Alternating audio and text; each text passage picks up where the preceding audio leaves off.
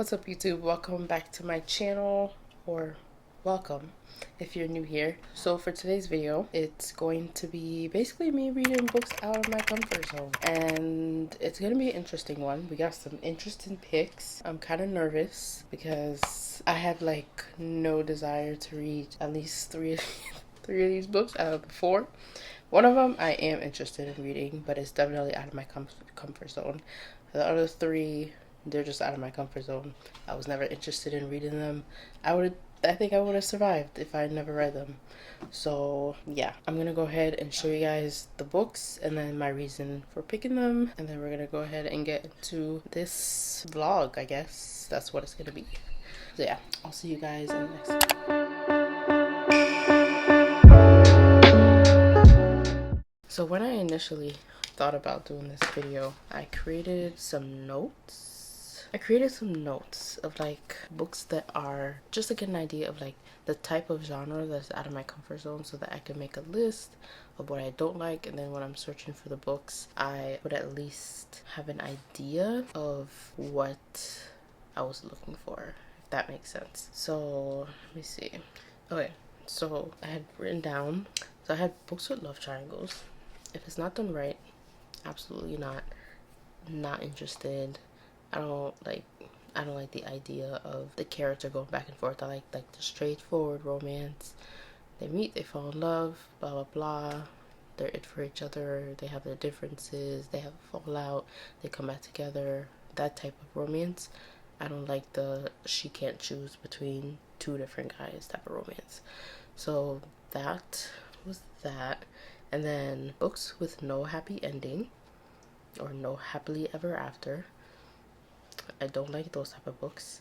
I did not like I wrote pure fantasy, but I'm actually think I'm going to take that off the list, because I think I would actually be into like reading just a book that is strictly fantasy. And that's because I just read ACOTAR, which is a fantasy book, but it has like romance subplot, so it was a lot more interesting.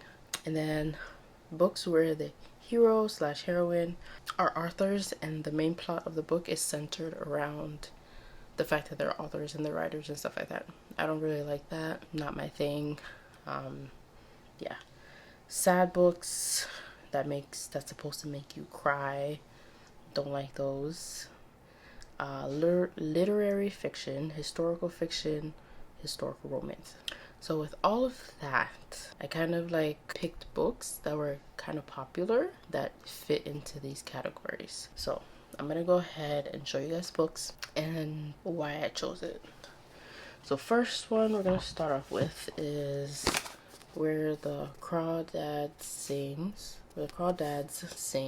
I read like the back to kind of get an idea of what it is about. Didn't like it. I read the genre, which is, so the genre for this is considered, I guess, literary fiction. It says coming of age, mothers and children, and let me see, we're just gonna say literary fiction. So that is the genre for this one. It is like number 3 on Amazon for bestsellers in the literary fiction category, and I don't know, I chose it. It may be interested. The back says, for years, rumors of the Marsh Girl have haunted Berkeley Cove, a quiet town in North Carolina coast. So in late 1969, when handsome Chase Andrews is found dead, the locals immediately suspect Kaya Clark, the so-called Marsh Girl, but Kaya is not what they say. Sensitive and intelligent, she has survived for years alone in the marsh that she calls home, finding friends in the gold and lessons in the sand. Then the time comes when she yearns to be touched in love. When 2 young men from town becomes intrigued by her wild beauty, Kaya opens herself to a new life until the unthinkable happens. Kind of nervous about reading it, but this is the first one. The second one is very popular. It is Seven Husbands of Emily Hugo. Also, not really something that I was interested in reading because it didn't fit into the typical category of what I would normally read, which is strictly romance. But it's pretty popular and it fits into, like, it's in a whole different category nothing that I would ever just pick up. So it is #1 in women's divorce fiction, and this is on Amazon. #1 in holiday romance, and #1 in LGBTQ romance, and then #8 overall in books, like top 100 books. Not something I ever saw myself reading. Didn't really think I'd be interested in reading it. And the back says, reclusive Hollywood icon Evelyn Hugo is finally ready to tell the truth about her glamorous and scandalous life. But when she chooses unknown reporter Monique Grant to write her story, no one is more astounded than Monique herself. Determined to use this opportunity to jumpstart her career, Monique listens in fascination. From making her way to Los Angeles in the 1950s to leaving showbiz in business in the 80s, and of course the 7 husbands along the way, Evelyn unspools a tale of ruthless ambition, unexpected romance, and a great forbidden love.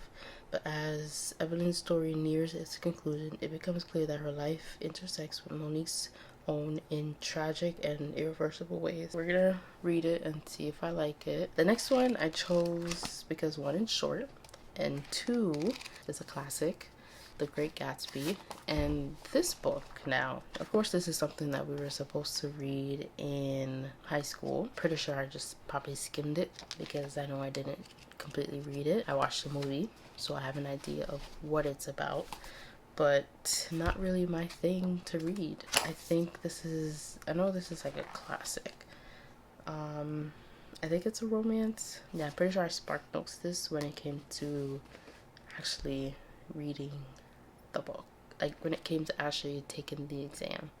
So I really don't know anything about it. It is historical event literature criticism, alternate history science fiction, and Viking historical romance.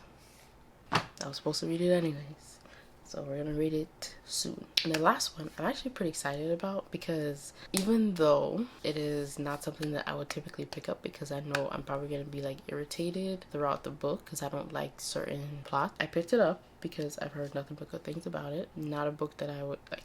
I've seen it multiple times, but I've read like the back and I'm just like, there's trigger warnings. But I've also read that it had cheating and love triangle, and that is Magnolia Parks. I'm gonna read this one last because this is something I'm actually like looking forward to reading, and it's kind of long, but the font is kind of on the big side, so I feel like this should be an easy read.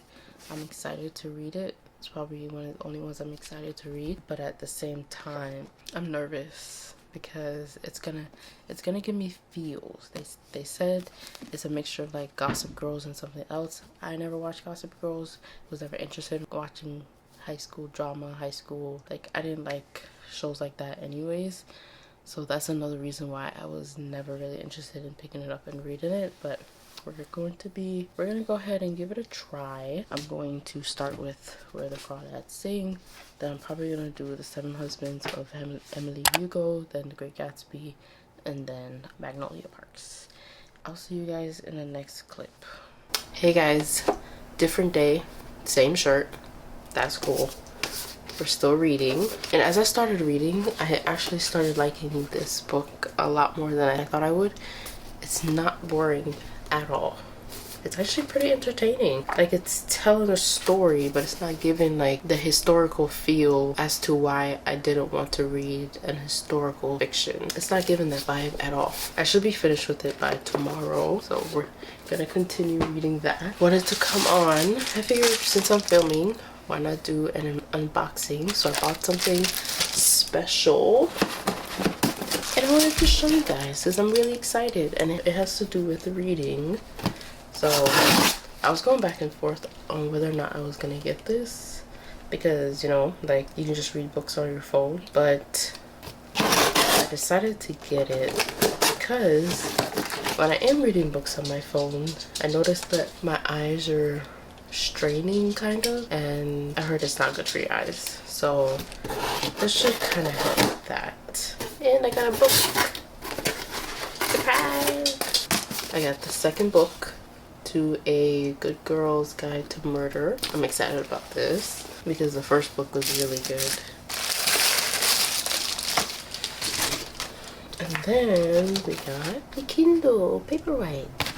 So I'm gonna go ahead and open it. And then we got the charger for it. Came as a bundle, so I went ahead and bought it.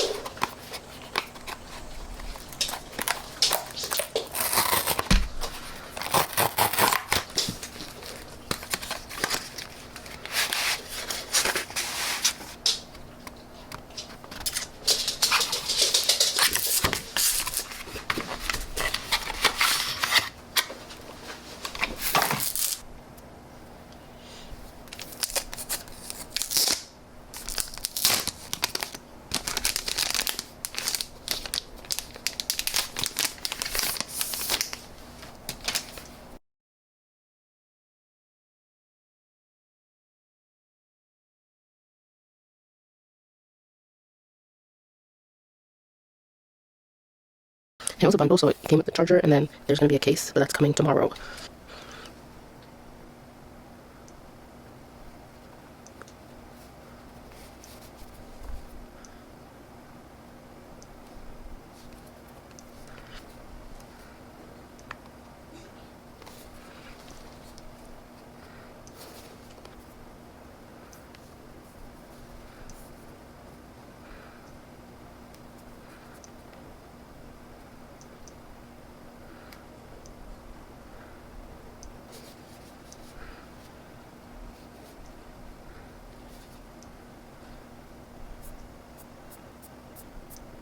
What I love about this is, I don't think I remember seeing this on the phone, but it shows you, can you see?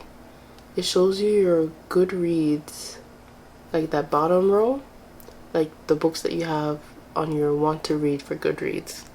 That's cool. And then it shows you the books that you have in your list on Amazon, like your wish list. So I'm gonna go ahead and continue reading, and then I may be back later to say something later tonight, or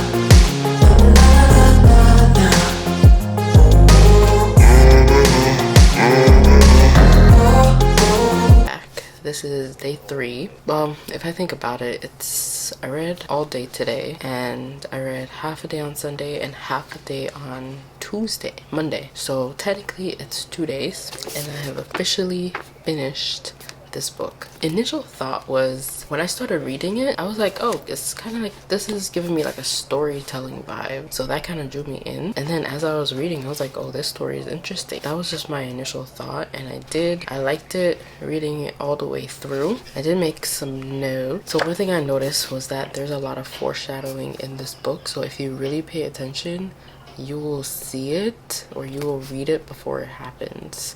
And then like she uses a lot of things that has to do with like creatures, like the birds and the bugs and all those things in the marsh.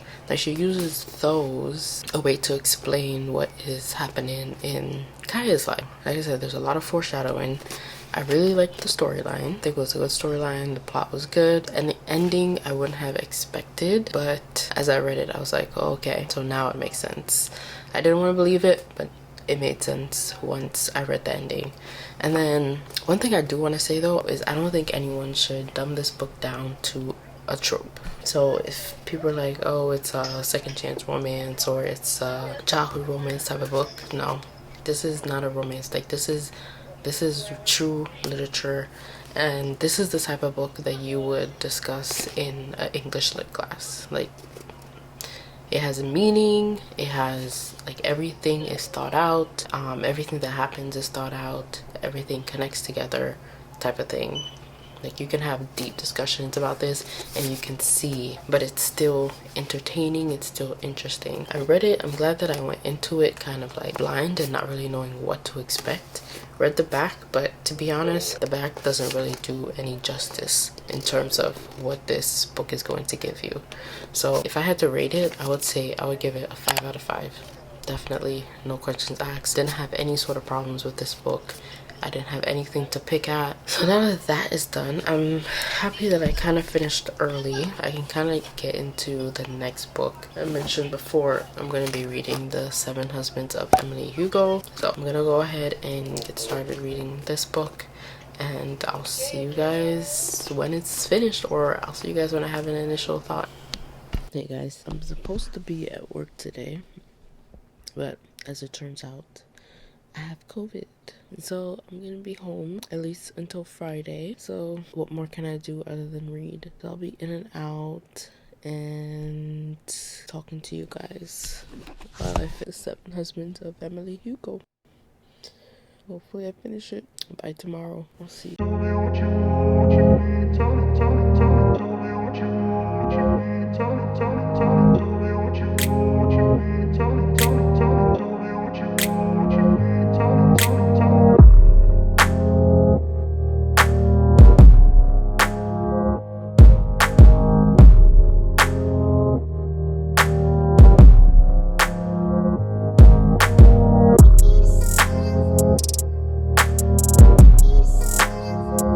Throughout the day, I don't know if you can see that, but it's 5:54 right now, so about 6 o'clock. So I'm gonna be reading up until probably 11:30, so that's 6.5 hours, and I'm basically just going to be seeing how far I can get in the 6.5 hours so that I can have an idea of when I'll finish tomorrow, because I have to finish this book by tomorrow. 5.5 hours actually.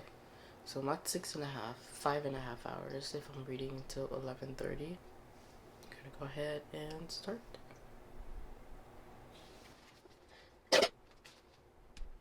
Hey guys, so it's the next day, and last night I finished around 9:30, 10. I got way past the point that I thought I was gonna get to, and I actually had more time left. I had 2 hours left, so I was surprised that I was able to read more than I thought I was going to within the 5.5 hours. So it took me 3.5 hours to read 20 chapters. So now I'm on chapter 38 and I'm just gonna get to reading.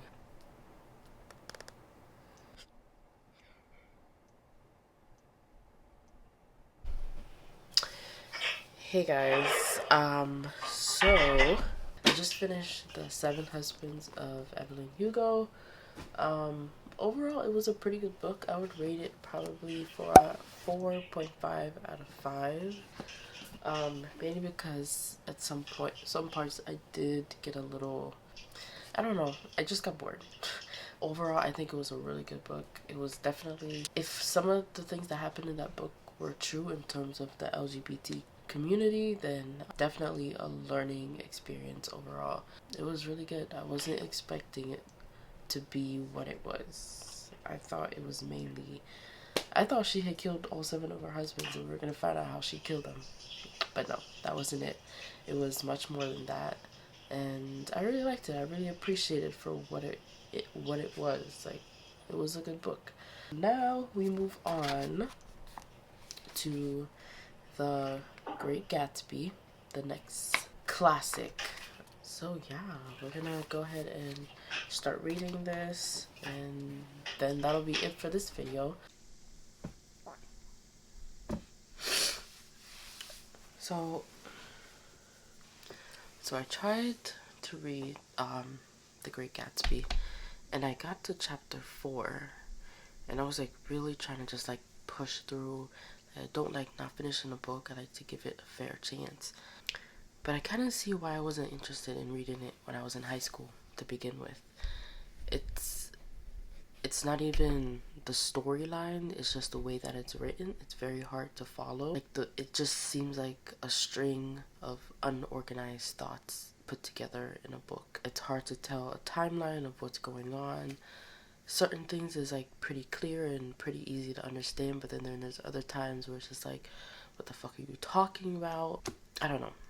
You know when you're writing an essay and you're trying to meet the word count? That's what this book felt like. You just put in just a whole bunch of nonsense. And like I said, I got to chapter 4, and I was originally reading it here, and then I started reading it on Libby through my library, and then I got to a part, and I was just like, oh my god, this doesn't make sense. Like, I don't understand what is going on. Like I said, I'll probably come back to it another time, but for now, hasta la vista. So that is it for this video. I'm gonna go ahead and get into the next video, which is me reading Magnolia Parks. So stay tuned for that one. It should be pretty good. I'm excited to read this book. Peace.